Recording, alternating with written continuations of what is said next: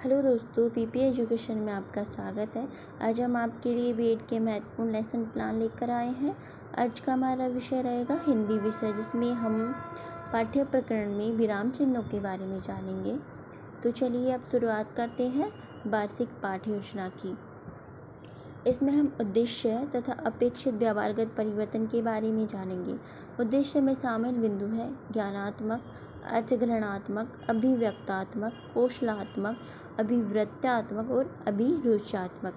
ज्ञानात्मक में भाषा तत्व का ज्ञान प्राप्त करना, जिसमें शामिल है उच्चारण, स्वराघात, कलाघात, शब्द रचना, शब्द भंडार, संग्रथन, शब्द भेद, वर्तनी, धातु व शब्द रूप आदि का ज्ञान कर सकेंगे। विषय वस्तु का ज्ञान प्राप्त करना में शामिल है गद्य, पद्य व व्याकरण पाठ। अर्थग्रहणात्मक में है सुनकर अर्थ करना, यानी सस्वर वाचन, वार्तालाप, निर्देश शामिल है।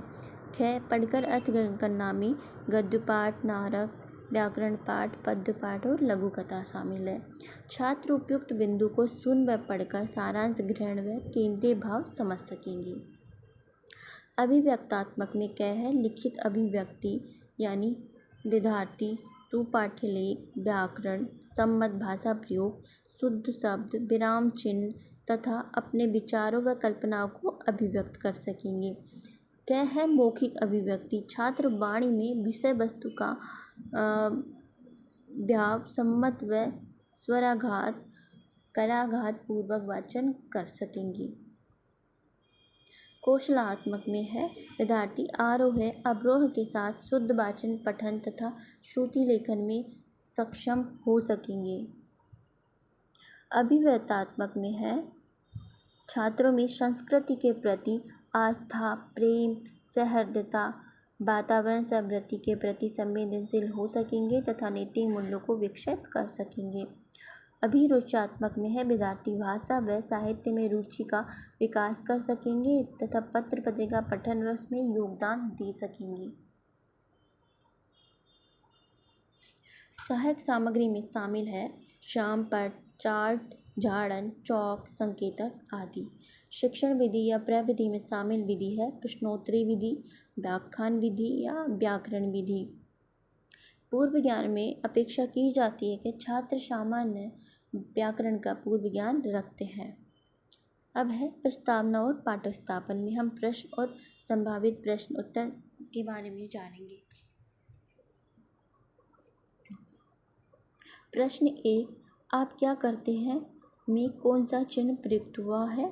इसमें प्रश्नवाचक चिन्ह प्रयुक्त हुआ है।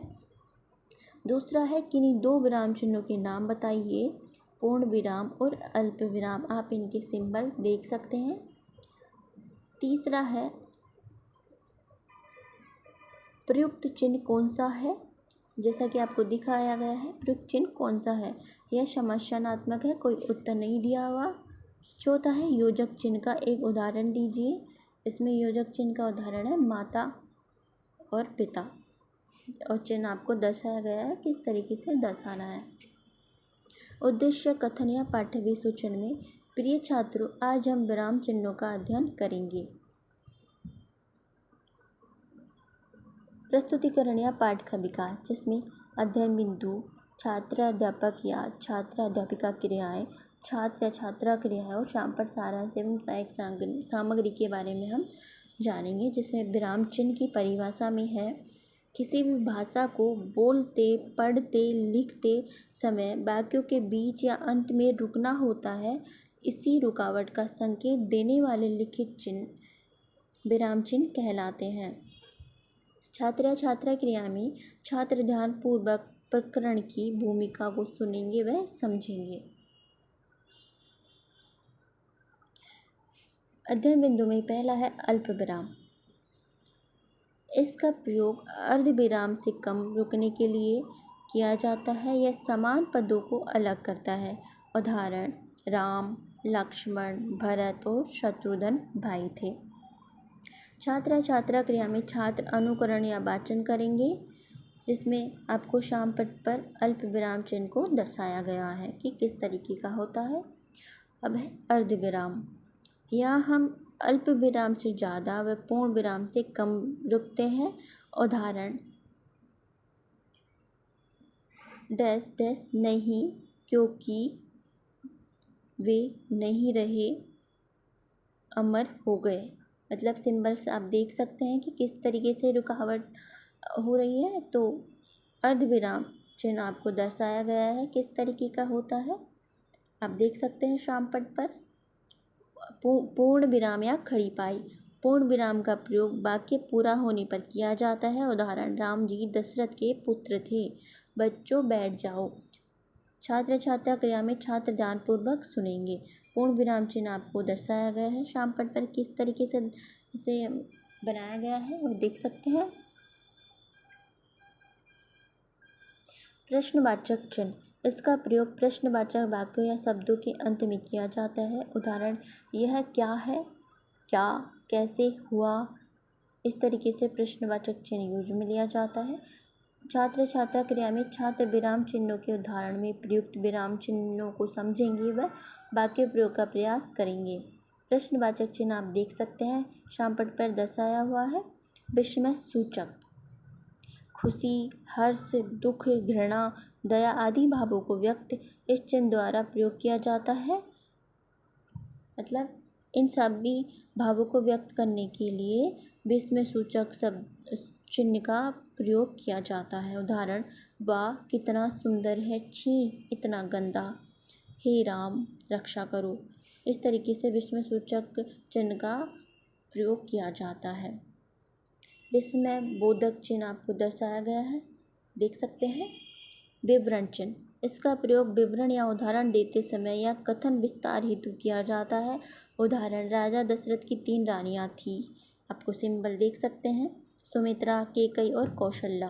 विवरण चिन्ह सिंबल प्रश्न मतलब शाम पट पर दर्शाया गया है, आप देख सकते हैं।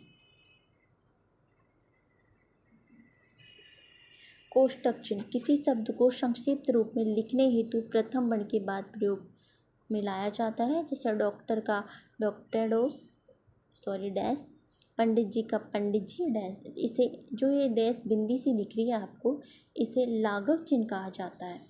तो किसी शब्दांश या वाक्यांश को स्पष्ट रूप से समझाने हेतु इसका प्रयोग होता है। उदाहरण वह अनवरत, लगातार, कोष्टक में लगातार लिखा है, अनवरत का मतलब होता है लगातार चल रहा था।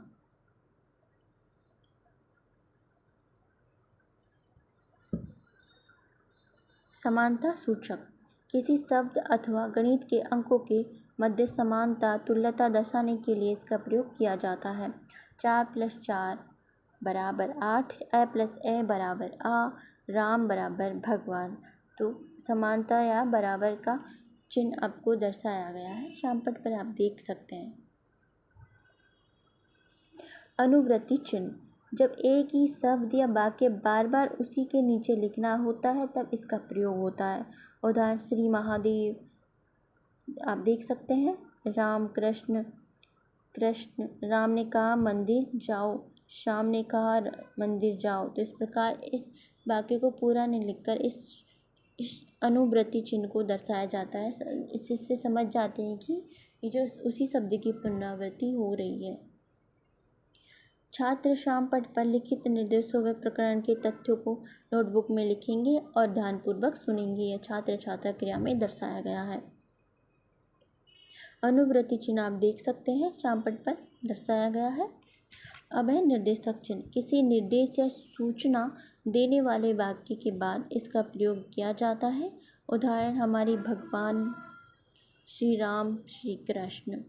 माँ ने कहा सबका आदर करना चाहिए। तो इस सिंबल का किस तरीके से यूज हो रहा है आप देख सकते हैं। निर्देश चिन्ह सिंबल आप देख सकते हैं शाम पट पर भी दर्शाया गया है। उद्धरण चिन्ह किसी के कहे कथन को जो का त्यों प्रस्तुत करने हेतु इसका प्रयोग होता है। राम जी ने कहा। उद्धरण चिन्ह में पिताश्री की आज्ञा को सर्वोपरि मानता हूँ। तो उद्धरण चिन्ह आप देख सकते हैं किस प्रकार है। योजक चिन्ह इसका प्रयोग युग्म शब्द या शब्द दोहराव हेतु तथा दो शब्दों में संबंध दर्शाने हेतु किया जाता है। जैसे कि पीला सा, माता पिता बार बार। योजक चिन्ह आप देख सकते हैं। अब है अथवा सूचक चिन्ह, किसी वस्तु शब्द या समानता दर्शाने वाले शब्दों के बीच इसका प्रयोग होता है। उदाहरण कृष्ण, शाम, दूध या दही सिंबल के द्वारा भी दर्शाया गया है। तो अथवा या सूचक चिन्ह को श्यामपट्ट पर आप देख सकते हैं।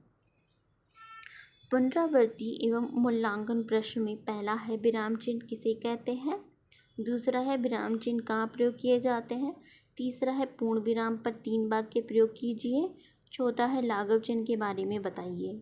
गृह कार्य प्रश्न में पहला है प्रत्येक विराम चिन्ह के वाक्य प्रयोग कीजिए, दूसरा है विराम चिन्हों पर एक चार्ट बनाइए। तो ये आज की हमारी वार्षिक पाठ्य योजना थी विराम चिन्ह को लेकर। तो उम्मीद है आपको थोड़ा बहुत समझ आया होगा। और भी इम्पोर्टेंट टॉपिक्स के लिए हमारे चैनल को सब्सक्राइब करें। वीडियो देखने के लिए थैंक यू।